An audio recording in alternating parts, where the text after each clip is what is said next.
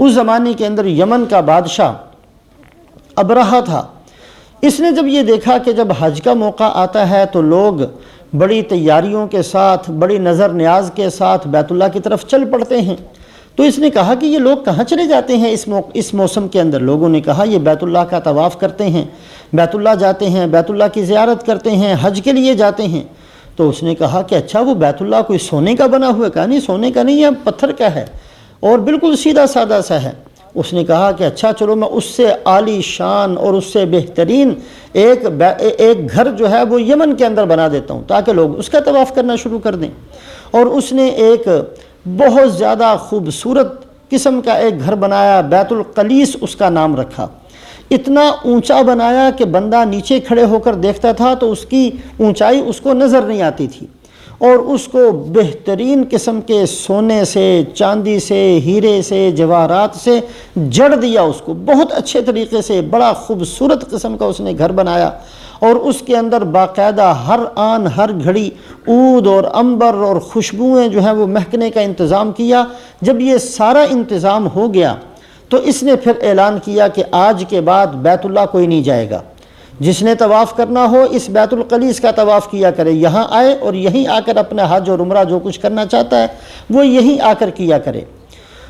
لوگوں کے دلوں میں بیت اللہ کی عزت تھی، لیکن یہ بڑا طاقتور بادشاہ تھا، بہت زیادہ لمبی چوڑی فوج اور چیزیں اس کے پاس تھیں۔ اب لوگ جو ہے اس سے ٹکر تو نہیں لیتے تھے، لیکن جب حرم والوں نے اور مکے والوں نے اس بات کو سنا تو ان کے اندر بڑی بے چینی سی پیدا ہوئی۔ اور اسی دوران ایک قصہ تو یہ پیش آیا کہ مکہ کا ایک آدمی یمن پہنچا، اور اس نے جب اس گھر کو دیکھا تو کسی طریقے سے اندر پہنچ گیا اور جگہ جگہ جا کر اس نے پیشاب پخانہ کر دیا اور اس کو سارے کو گندا کر دیا۔ صبح بادشاہ کو پتہ چلا کہ یہ تو میرے بیت کے ساتھ یہ ہوا، میرے گھر کے ساتھ یہ ہوا۔ تحقیق کی، پتہ چلا کہ وہ بندہ مکے سے آیا تھا۔ دوسرا قصہ یہ ہوا کہ مکہ ہی کا ایک آدمی جو مسافر تھا، اس نے یہاں آ کر کہیں قیام کیا، اس نے کوئی سردی کی وجہ سے آگ جلائی، ہوا تیز تھی، ہوا کی کوئی چنگاری اٹھی اور وہ اس گھر کے اندر پہنچ گئی، جس کی وجہ سے اس کا بہت سارا اسباب جل گیا اور بہت سارا نقصان ہوا۔ تحقیق کی، پتہ چلا کہ یہ دوسرا بندہ بھی مکہ سے آیا تھا۔ تو اس ابرہہ کے دل میں مکہ اور مکے والوں کی نفرت بھی اور بیت اللہ کی نفرت تو پہلے سے تھی اور زیادہ بڑھ گئی۔ اس نے ہاتھیوں کا ایک لشکر لیا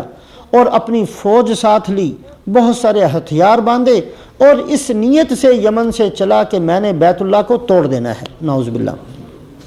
جب یہ راستے میں چلنا شروع کیا، راستے میں چھوٹے چھوٹے قبیلے تھے،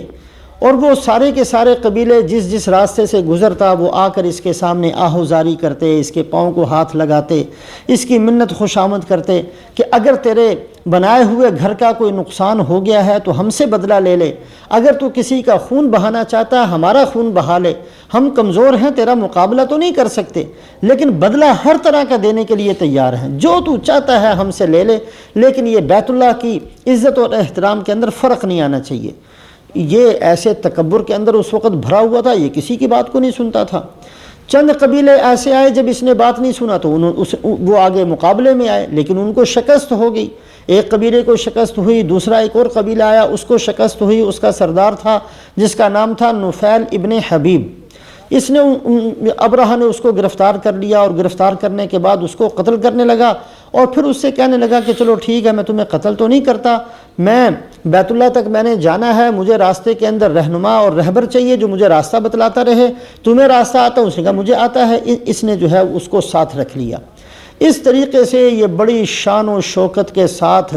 یہ بڑے جو ہے قبیلے بیچارے منتیں کرتے رہے، لیکن یہ اپنے تکبر کے ساتھ اور اپنی شان اور فوج کے ساتھ چلتے ہوئے طائف سے ہوتے ہوئے عرفات کے قریب اس نے جا کر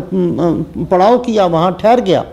اس کے کچھ بندے گئے اور جا کر مکے والوں کے بہت سارے اونٹ ہانک کر لے آئے، جس میں سے حضرت عبد المطلب کے جو رسول پاک علیہ السلام کے دادا محترم ہیں، ان کے 200 اونٹ ہانک کر یہ لے آئے۔ جب مکے والوں کو پتہ چلا کہ اس انداز سے ابرہہ لشکر لے کر آیا ہے، یہ اس کی نیت ہے، بہت پریشان ہوئے، لیکن مقابلہ کرنے کی ہمت اور طاقت نہیں تھی۔ تو عبد المطلب کو پتہ چلا کہ وہ تو میرے اونٹ بھی لے کر چلا گیا، تو یہ اگلے دن ابرہہ کے اس لشکر کے اندر پہنچے تو بڑے حسین، بڑے خوبصورت تھے، بڑے اونچے جوان تھے، زلفیں تھیں جناب عبد المطلب کی، اور رنگ بہت زیادہ گورا اور سفید تھا، شکل و صورت سے ہی بہت بڑے آدمی لگتے تھے۔ جب یہ ابرہہ کے پاس پہنچے اور ابرہہ نے ان کی شکل و صورت کو دیکھا تو بہت زیادہ ہیبت اس کے دل کے اندر پیدا ہوئی۔ وہ اپنا ایک تخت تھا، اس کے اوپر بیٹھا کرتا تھا، لیکن اس تخت سے نیچے اتر کے اب عبد المطلب کو اوپر بٹھائے، اس کے اندر اس کا تکبر ٹوٹتا تھا، لہٰذا عبد المطلب کے ساتھ نیچے ہی بیٹھ گیا اور بڑی اچھے طریقے سے بات شروع کی اور کہا کہ آپ کس لیے تشریف لائے ہیں؟ عبد المطلب نے کہا کہ جی میرا تو مسئلہ صرف یہ ہے کہ میرے 200 اونٹ تھے جو مکے کے اندر چر رہے تھے، تمہارے بندے گئے ہیں اور ان اونٹوں کو پکڑ کر لے آئے ہیں، میں اپنے اونٹ چھڑانے کے لیے آیا ہوں۔ تو یہ ہنسا اور ہنسنے کے بعد کہا قد کنت اعجبتنی حین رأیتک وقد زہدت فیک حین کلمتنی فی 100 بعیر، کہ جب میں نے آپ کو دیکھا تھا میں بڑا مرعوب ہوا تھا، بڑا متاثر ہوا تھا، اور جو ہے میرے دل کے اندر آپ کی بڑی عزت اور احترام بڑھ گئی تھی، بڑا خوف پیدا ہو گیا تھا، لیکن جب آپ نے اتنی چھوٹی سی بات میرے سامنے رکھی ہے کہ 200 اونٹوں کے پیچھے آپ پڑے ہوئے ہیں، آپ کی ساری ہیبت میرے دل سے نکل گئی، ساری قدر نکل گئی۔ آپ اتنے سادے آدمی ہیں، آپ کو پتہ ہی نہیں میں آیا کس لیے ہوں، میں اس بیت اللہ کو گرانے کے لیے آیا ہوں اور آپ کو اپنے اونٹوں کی پڑی ہوئی ہے۔ عبد المطلب نے کہا جی بات یہ ہے کہ اونٹ میرے ہیں، اور باقی رہا بیت اللہ کا مسئلہ، فَإِنَّ لَهُ رَبًّا، اس کا ایک رب ہے، مالک ہے اس کا، وہ خود اس کی حفاظت کرے گا، اونٹ میرے تھے میں اس کے لیے آ گیا۔ ان کا چلو جی ٹھیک ہے ان کے اونٹ دے دو، اونٹ دے دیے گئے۔ اس کے بعد وادی محصر ہے جو حضرات حج کے لیے گئے ہیں، عرفات سے آتے ہوئے مکہ مکرمہ راستے میں ایک وادی محصر بورڈ بھی لکھا ہوتا ہے، یہاں جب وہ پہنچا ہے اور آگے حدود حرم شروع ہونی ہے تو یہ نفیل ابن حبیب جو بیچارہ پہلے مقابلہ بھی کیا لیکن شکست کھائی اور پھر بادشاہ زبردستی اس کو ساتھ لے کر آ رہا تھا، یہ ہانپتا کانپتا رہا اور اس کے دل کے اندر بڑا خوف تھا، کچھ نہیں کر سکتا تھا۔ جب یہ حرم کی حد شروع ہونے لگی یہ دوڑ کر گیا اور جو ہاتھیوں کا بڑا ہاتھی تھا جس کا نام تھا محمود، اس ہاتھی کے کان کے اندر اس نے کہا، نفیل ابن حبیب نے، کہ آگے حرم شروع ہو گیا ہے، آگے نہیں جانا، آگے حرم کی حدود شروع ہو چکی ہیں۔ بس یہ کہنا تھا کہ وہ محمود ہاتھی جو تھا وہیں بیٹھ گیا، باقی ہاتھی بھی بیٹھ گئے، اس کو مارا، اس کو لوہے سے مارا، اس کی آنکھوں کے اندر لوہا ڈالا، اس کے ناک کے اندر لوہا ڈالا، لیکن اس نے اٹھنے کا نام لیا۔ اس کو اٹھا کر واپس یمن کی طرف کرتے دوڑتا ہوا جاتا، شام کی طرف چلاتے دوڑتا ہوا چلتا، دائیں بائیں جہاں کہیں بھی اس کو چلاتے وہ دوڑتا ہوا جاتا، لیکن جب اس ہاتھی کا رخ حرم کی طرف کرتا تو وہ وہیں بیٹھ جاتا، اس نے اٹھنے کا نام نہیں لیا۔ اور جتنے ہاتھی تھے سوائے 2-3 ہاتھیوں کے باقی ہاتھی بھی بیٹھے رہے، لیکن اس بدبخت نے ان کو وہیں چھوڑا اور اپنی فوج کو جب وہاں سے لے جا کر بیت اللہ کو توڑنے کے لیے وادی محصر میں پہنچا تو اللہ پاک نے ایک جھنڈ کا جھنڈ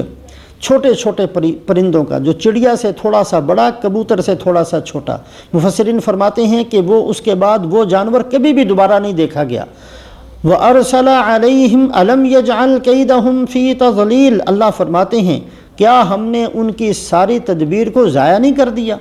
کتنا بڑا پروگرام تھا، کتنی لمبی چوڑی ان کی تدبیر تھی، سارے قبائل عاجز آگے تھے مقابلہ کرنے سے، اتنی لمبی چوڑی ان کی تدبیر کو ہم نے ضائع کر کے نہیں رکھ دیا۔ وَأَرْسَلَ عَلَيْهِمْ طَيْرًا أَبَابِيلَ، اور کیا ہم نے ان کے اوپر ایسے پرندے نہیں بھیجے جو کہ جھنڈ کے جھنڈ تھے، ٹولیوں کی شکل میں غول در غول وہ پرندے آئے، ہر پرندے کے پاس صرف چنے کے دانے سے بھی تھوڑی سی چھوٹی کنکری تھی، ہر پرندے کے پاس 3 کنکریاں تھیں، 2 کنکریاں دونوں پنجوں کے اندر اور 1 کنکری ان کی چونچ کے اندر، بس 3 کنکریاں ہر پرندے کے اندر کے پاس تھی۔ اس انداز سے وہ مارتے تھے کہ وہ کنکری پہلے اس فوجی کی اس کے سر پر پڑتی اور اس کے سر پر جو خود تھا اس کو چیرتی ہوئی سر کے اندر جاتی، پھر سارے جسم کو چیرتی ہوئی پاخانے کے راستے سے نکل کر زمین کے اندر گڑ جاتی،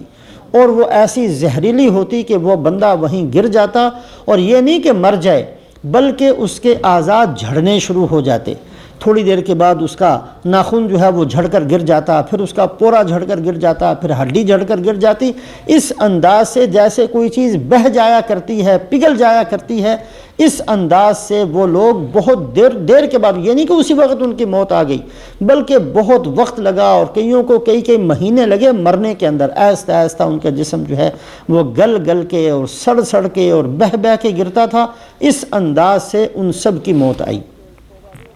دو بندے جو بھاگ کے توبہ کی یا کسی طریقے سے وہ بچا گئے، وہ حضرت اسماء رضی اللہ تعالیٰ عنہ، حضرت ابو بکر رضی اللہ تعالیٰ عنہ کی بیٹی ہیں۔